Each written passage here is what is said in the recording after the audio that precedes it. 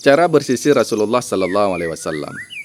Ishaq bin Musa Al-Ansari bercerita kepada kami, Man'an bin Isa bercerita kepada kami, Malik bin Anas bercerita kepada kami, dari Hisham bin Urwah, dari ayahnya, dari Aisyah, ia berkata, aku sering menyisir rambut Rasulullah dan saat itu aku sedang haid. Hadis riwayat Bukhari 295 dan Muslim 297. Dari Anas bin Malik, ia berkata, Rasulullah sering meminyaki rambutnya, menyisir jenggotnya dan menutupi kepalanya dengan kain setelah diberi minyak, sampai-sampai pakaian beliau seperti pakaian penjual minyak.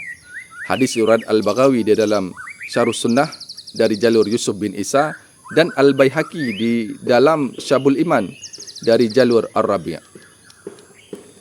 Dari Abdullah bin Muhaffal, ia berkata, Rasulullah melarang kami untuk merapikan rambut secara berlebihan, kecuali hanya sesekali.